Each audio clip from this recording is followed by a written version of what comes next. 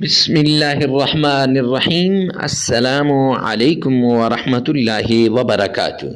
معزز سامعین کرام، آج جو ہم آپ کے سامنے حاضر ہوئے ہیں یہ اللہ سبحانہ و تعالیٰ کے پیارے کلام قرآن مجید کی ایک خاص صورت کا عمل لے کر حاضر ہوئے ہیں، اور اس کے ساتھ رب ذوالجلال کے، رب کریم کے وہ پیارے نام جسے اسم اعظم کہا جاتا ہے، اس نام کا عمل لے کر حاضر ہوا ہوں۔ جو شخص بھی اس نام کو، اس آیت کو اور اس سورت کو پڑھ لیتا ہے اس طریقے سے جیسے ہم آگے چل کر آپ کو ویڈیو میں بتا دیں گے، تو رب کریم کی قسم، رب کائنات کی قسم، آپ کی ساری مشکلات دور ہو جائیں گی۔ ہر طرح کی ٹینشن سے، ہر طرح کی پریشانی سے، ہر طرح کی تکلیف سے نجات مل جائے گی۔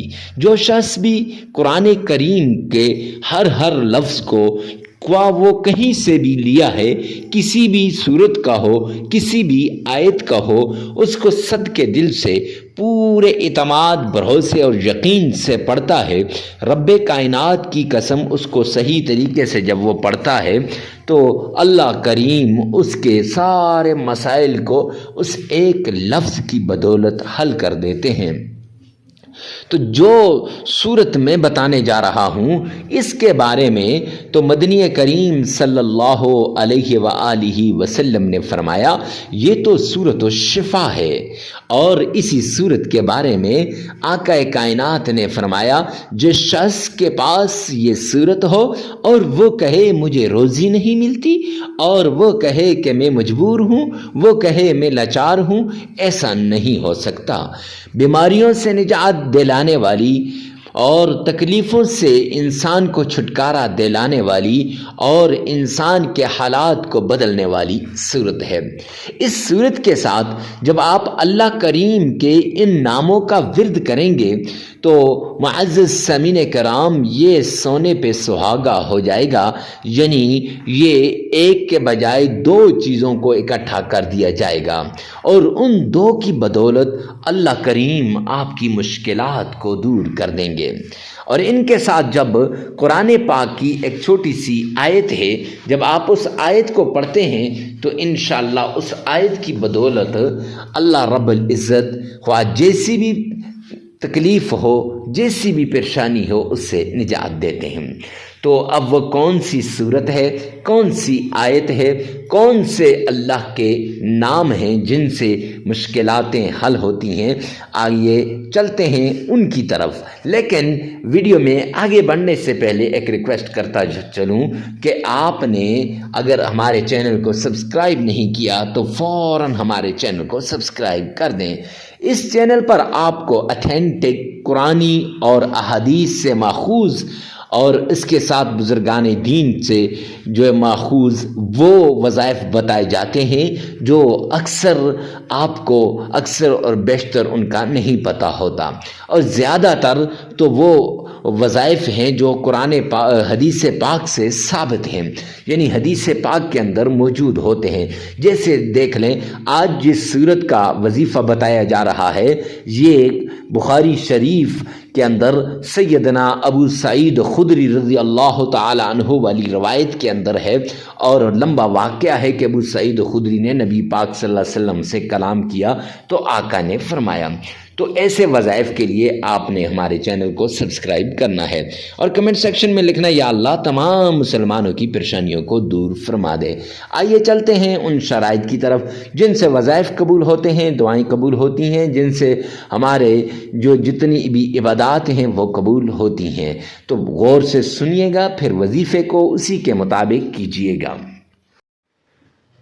شرائط میں سب سے پہلی شرط اللہ سبحانہ و تعالیٰ کے حضور آپ نے حلال کمانا ہے، حلال کھانا ہے، حلال پہننا ہے۔ کیوں؟ سرور کونین نے فرمایا الکاسب حبیب اللہ، محنتی اللہ کا دوست ہے، اور آپ نے محنت کرنی ہے۔ اور دوسری ایک حدیث پاک میں سرور کونین نے فرمایا جو شخص حرام کا ایک لقمہ کھاتا ہے تو 40 دن تک اس کی کوئی عبادت قبول نہیں ہوتی، نہ نماز قبول ہوتی ہے، نہ اس کی اور کوئی عبادت قبول ہوتی ہے۔ تو معزز سامعین کرام، اگر آپ نے حرام کھا لیا تو پھر آپ کی عبادات قبول نہیں ہوں گی، تو وظائف کہاں سے اثر کریں گے؟ تو وظائف کے مؤثر ہونے کے لیے پہلی شرط حلال کمانا، حلال کھانا، حلال پینا اور حلال پہننا ہے۔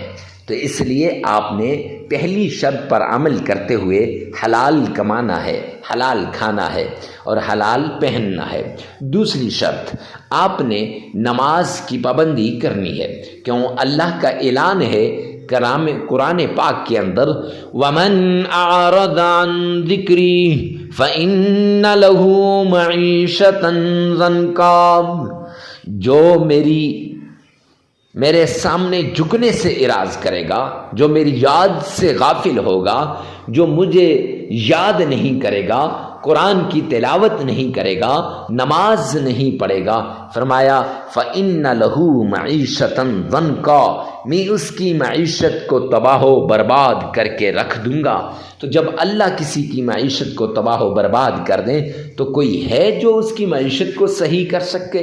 تو اس لیے معزز سامعین کرام، آپ نے یہ 5 نمازیں لازمی پڑھنی ہے۔ ہاں آگے پیچھے ہو جائیں تو خیر، لیکن وقت پہ پڑھنے کی کوشش کرنی چاہیے۔ تیسری شرط، آپ نے اکیلے میں، تنہائی میں، ایسی جگہ میں آپ نے عمل کرنا ہے جہاں کوئی آپ کو ڈسٹرب نہ کرے، ڈسٹربنگ کریٹ نہ کرے۔ کیوں؟ جب ڈسٹرب ہوں گے پھر وظیفے کی طرف دھیان نہیں رہے گا، جب دھیان نہیں رہے گا تو پھر معزز سامعین کرام کیسے وہ وظیفہ قبول ہوگا؟ لہٰذا وظیفہ کرتے وقت جس مشکل کے لیے، جس بیماری کے لیے، جس تکلیف کے لیے، جس چیز کے لیے آپ وظیفہ کر رہے ہیں، اس چیز کو، اس بیماری کو، اس مشکل کو، اس تکلیف کو آپ نے سامنے رکھنا ہے اور اس کو ذہن میں رکھ کر پھر آپ نے عمل کرنا ہے۔ انشاءاللہ یہ عمل آپ کے لیے آخری عمل ثابت ہوگا، آپ کی تکلیفیں دور ہو جائیں گی، آپ کی مصیبتیں ختم ہو جائیں گی۔ ہر طرح کی تکلیف سے نجات کے لیے آپ نے اس طریقے کو اپنانا ہے۔ یہ 3 شرائط ہیں، ان پہ لازمی عمل کیجیے گا۔ سب سے پہلے آپ نے درود پاک پڑھنا ہے آمنہ کے لال عبداللہ کے در یتیم جناب نبی کریم صلی اللہ علیہ وآلہ وسلم کی شان میں۔ معزز سامعین کرام، یہ درود پاک کون سا ہے اور کتنی بار پڑھنا ہے اور کیسے پڑھنا ہے، سب کچھ آگے چل کر بتاؤں گا، لیکن سب سے پہلے یہ بات غور سے سن لیجئے کہ درود پاک کو اتنی محبت سے پڑھیں، اتنے ذوق اور شوق سے پڑھیں کہ گویا آپ روضہ رسول کے بالکل سامنے کھڑے ہیں۔ اور میرے آقا مدنی کریم صلی اللہ علیہ وسلم نے بتایا کہ دنیا کے کسی کونے پر بھی آپ کھڑے ہو کر درود پاک پڑھیں تو وہ درود پاک سرور کونین تاجدار مدینہ جناب نبی کریم صلی اللہ علیہ وآلہ وسلم تک پہنچایا جاتا ہے۔ تو معزز سامعین کرام، اتنے ذوق اور شوق سے آپ نے درود پاک پڑھنا ہے تاکہ ایک درود پاک سے ہماری مشکلات دور ہو جائیں۔ تو وہ درود پاک کون سا ہے؟ وہ نماز والا جسے ہم درود ابراہیمی کہتے ہیں۔ کتنی بار پڑھنا ہے؟ تو معزز سامعین کرام 3 بار پڑھیے گا۔ یہ جامعہ ترمذی کی روایت ہے، میں ابو داؤد کہنے لگا تھا، معذرت کے ساتھ، جامعہ ترمذی جلد 2 کی روایت ہے کہ سرور کونین تاجدار مدینہ نے فرمایا جو شخص مجھ پر 3 مرتبہ درود پاک پڑھتا ہے وہ اللہ سبحانہ و تعالیٰ کی ذمہ داری میں آ جاتا ہے۔ تو جب ہم اللہ کی ذمہ داری میں آ جائیں تو ہمارے کام غیب سے ہونے لگ جائیں گے۔ تو معزز سامعین کرام، درود پاک میرے ساتھ مل کے پڑھیے گا۔ پڑھنا کیسے ہے تو آئیے آپ کو بتا دیتے ہیں۔ اللہم صلی علی محمد وعلی آل محمد کما صلیت علی ابراہیم وعلی آل ابراہیم انک حمید مجید۔ اللهم بارك على محمد وعلى آل محمد كما باركت على إبراهيم وعلى آل إبراهيم إنك حميد مجيد. آپ نے یوں محبت کے ساتھ 3 مرتبہ درود ابراہیمی پڑھ لینا ہے. جب آپ 3 مرتبہ درود پاک پڑھ لیں گے اس کے بعد قرآن پاک کی ایک چھوٹی سی آیت ہے حسبنا اللہ ونعم الوکیل.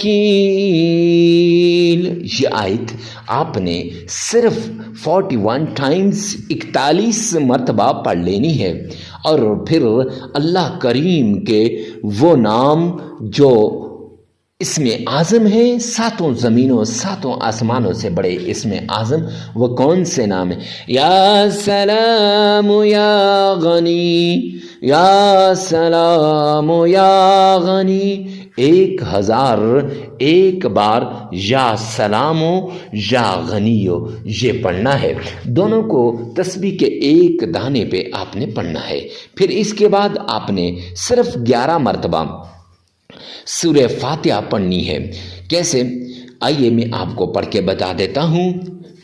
اعوذ باللہ من الشیطان الرجیم بسم اللہ الرحمن الرحیم الحمد للہ رب العالمین الرحمن الرحیم مالک یوم الدین إياك نعبد وإياك نستعين اهدنا الصراط المستقيم صراط الذين أنعمت عليهم غير المغضوب عليهم ولا الضالين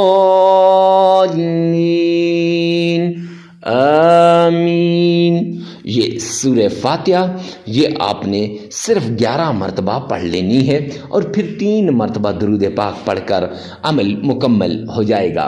معزز سامعین کرام، یہ وظیفہ 7 دن کا وظیفہ ہے. یہ وظیفہ آپ نے 7 دن لگاتار کرنا ہے. اس میں جگہ کی قید نہیں، وقت کی قید نہیں ہے، کوئی جگہ کی قید نہیں ہے. ہر جگہ اس کو کر سکتے ہیں اور ہر وقت آپ اس عمل کو کر سکتے ہیں. معزز سامعین کرام، جب جگہ کی قید نہیں ہے، وقت کی قید نہیں ہے، تو آپ اس عمل کو ہر جگہ اور ہر وقت کر سکتے ہیں. اور ویڈیو کو ثواب کی نیت سے صدقہ جاریہ سمجھ کر آگے شیئر کرنا مت بھولیے گا. اللہ میرا اور آپ کا حامی و ناصر ہو.